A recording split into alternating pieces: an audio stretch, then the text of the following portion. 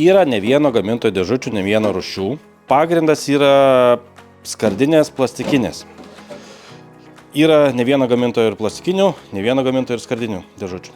Jei atvirai pasakius, skardinės po truputį nusileidžia plastikiniam.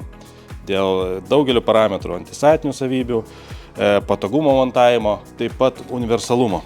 Gerai, gal apžvelgime tokius techninius parametrus šiek tiek.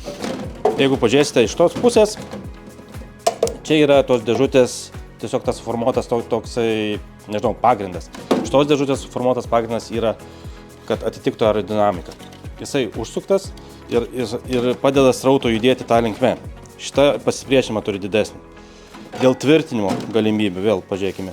Čia yra daug patogiau tvirtinti ortakius ir užfiksuoti lyginant su šita sistema.